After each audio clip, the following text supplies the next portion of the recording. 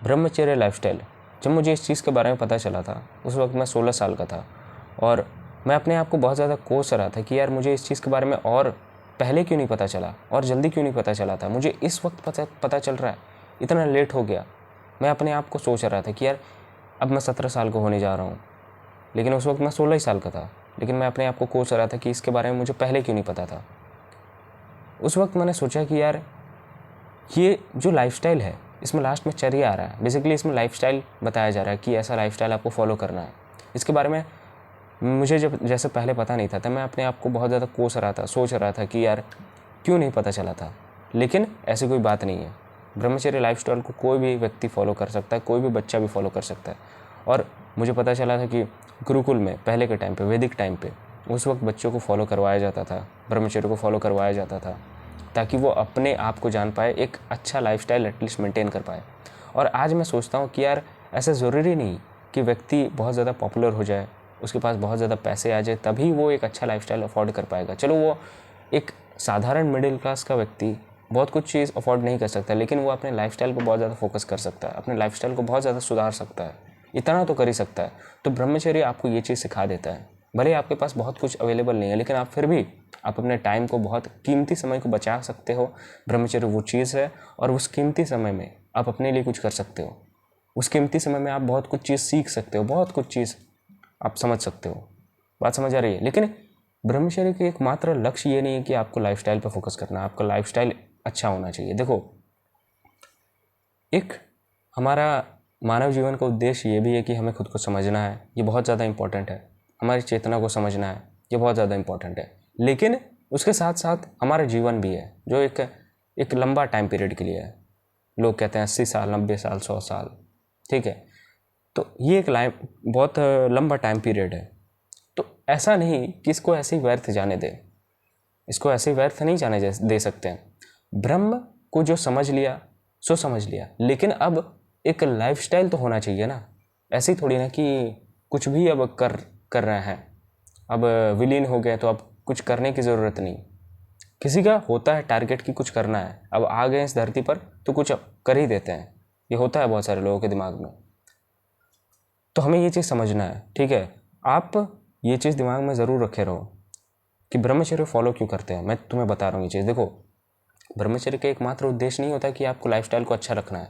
ब्रह्मचर्य का एकमात्र उद्देश्य ये होता है कि आप अपने अंदर जा पाओ, आप ब्रह्म में विलीन हो पाओ। तो उसके लिए एक दिनचर्या होता है। तो लोगों ने ये दिनचर्या बनाया था जहाँ पर आप अपने आप फोकस कर पाओ, जहाँ पर पहले के समय में बच्चे ज्ञान लिया करते थे, ज्ञान अर्जित किया करते थे गुरुओं से, फिर उसके बाद वो जो कीमती समय मिलता था वो अपने आप पे ध्यान देते थे, खुद पे फोकस करते थे, जहाँ पर योग, ध्यान, प्राणायाम, आसन, बंद वगैरह ये सब चीज़ सिखाया जाता था गुरुकुल में। और ब्रह्मचर्य की शिक्षा दी जाती थी।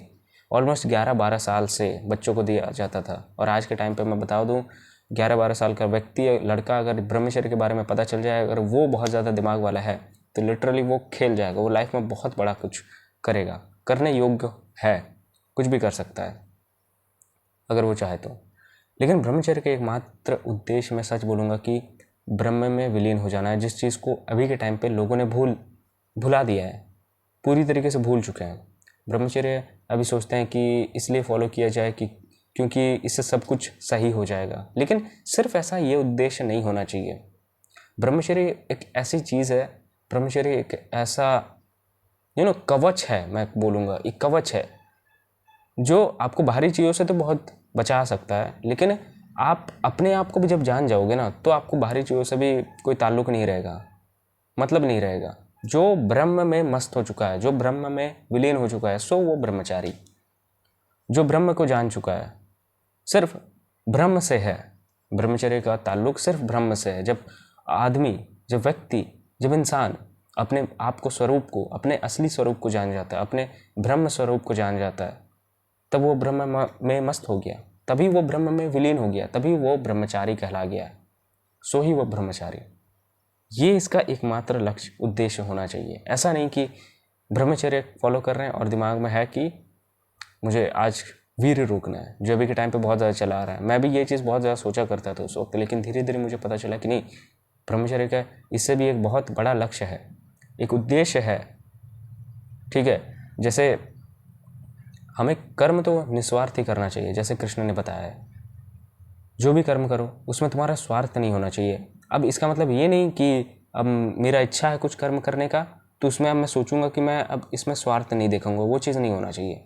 तुम कुछ भी काम कर रहे हो, कुछ भी कार्य कर रहे हो, उसमें तुम्हारा रिजल्ट पहले से डिसाइड रहता है। अब इसका मतलब ये नहीं कि चलो मैं हाथ देख के बता दूं, इसका फ्यूचर से कोई लेना देना नहीं है, एस्ट्रोलॉजी से कोई लेना देना नहीं है।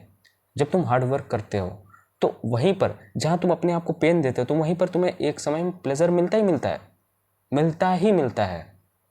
ऐसा हो ही नहीं सकता कि तुम अपने आप को पेन दो और प्लेजर ना मिले और तुम्हें भी पता ना हो कि इसका रिजल्ट क्या होने वाला है। जब तुम्हें पता चलता है, पता रहता है कि इसका रिजल्ट क्या होने वाला है, और जब तुम अपने आप को पेन देते हो तुम्हें एक दिन एक समय प्लेजर ज़रूर मिलता है, मिलता ही मिलता है। तो लोग किसी न किसी चीज़ के पीछे भाग रहे हैं, किसी न किसी चीज़ के उद्देश्य में लगे हुए हैं।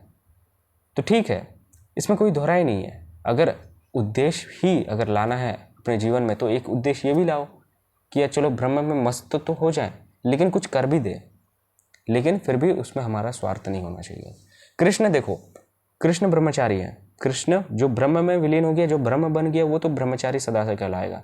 कृष्ण ब्रह्म बन चुके हैं, कृष्ण ब्रह्मचारी बन चुके हैं पूरी तरीके से। बात समझ आ रही? तो वहाँ पर वो हस्तिनापुर में भी है, वो युद्ध में भी है, सब चीज़ों में है, लेकिन उनका कोई उद्देश्य भी नहीं है यहाँ पर।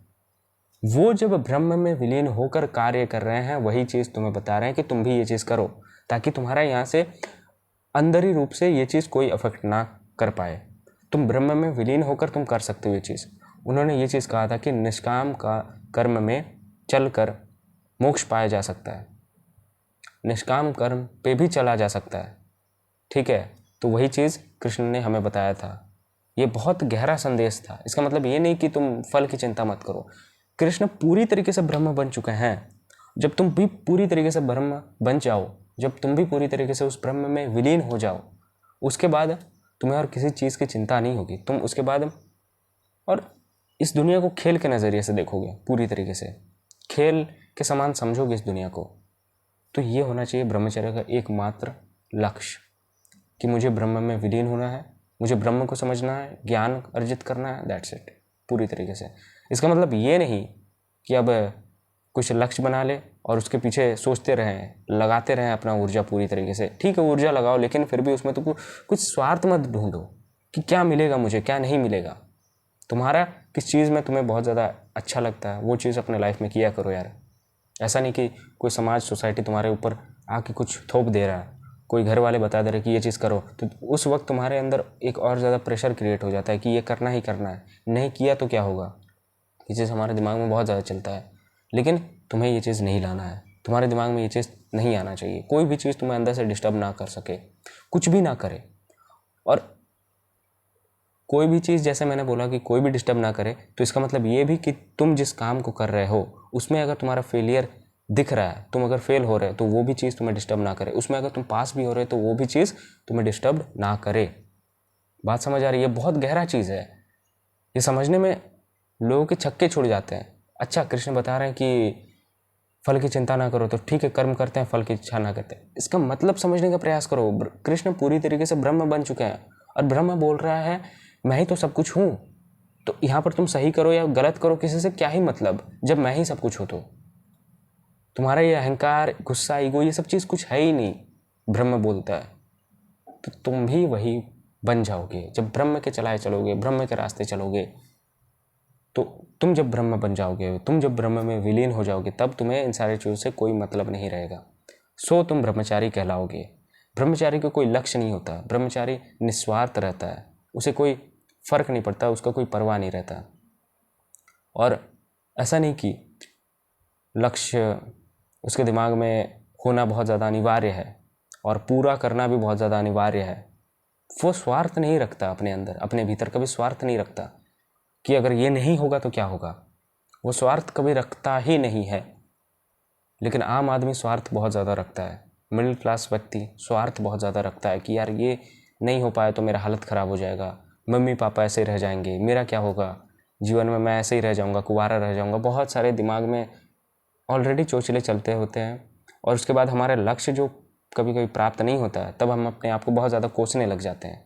लेकिन ये चीज़ नहीं होना चाहिए। तुम्हें इन्हीं सारे बंधनों से तो मुक्त होना है। तुम अपने आप को जिस तरीके से माने हुए हो, माने बैठे हो, तुम्हारा आइडेंटिटी जो चीज़ है वो चीज़ टूटेगा, तब तुम्हें पता चलेगा ये तो कुछ था ही नहीं, ये तो कुछ था ही नहीं।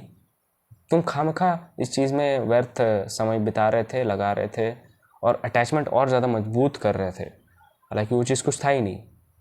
बात समझ आ रही है? तो ब्रह्मचर्य लाइफस्टाइल एक अच्छा है, एक बहुत अच्छा विकल्प है, एक बहुत अच्छा ऑप्शन है किसी भी व्यक्ति के लिए। आप अपनी लाइफ में सक्सेस पाना चाह रहे हो, प्रोग्रेस करना चाह रहे हो, ब्रह्मचर्य लाइफस्टाइल एक बहुत अच्छा चीज़ है जो आपको हेल्प कर सकता है।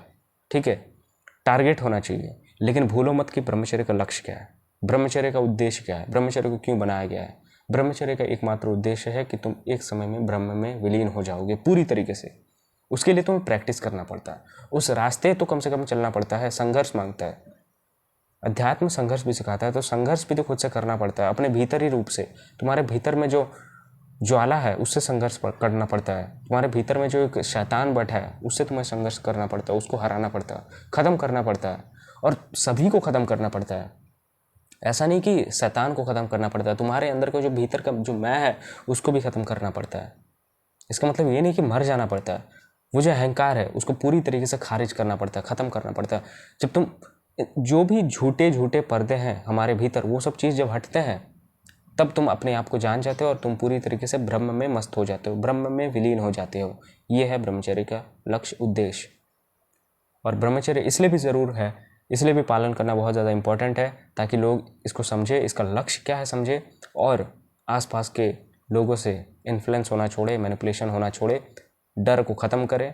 क्योंकि एट द एंड अध्यात्म ही सब कुछ है, रियल स्पिरिचुअलिटी इज़ एवरीथिंग।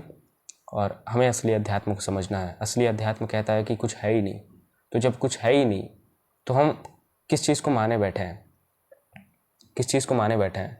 जो सच होगा वो तो हमारे विचारों से परे होगा, उसके बारे में तो कुछ सोचा ही नहीं जा सकता।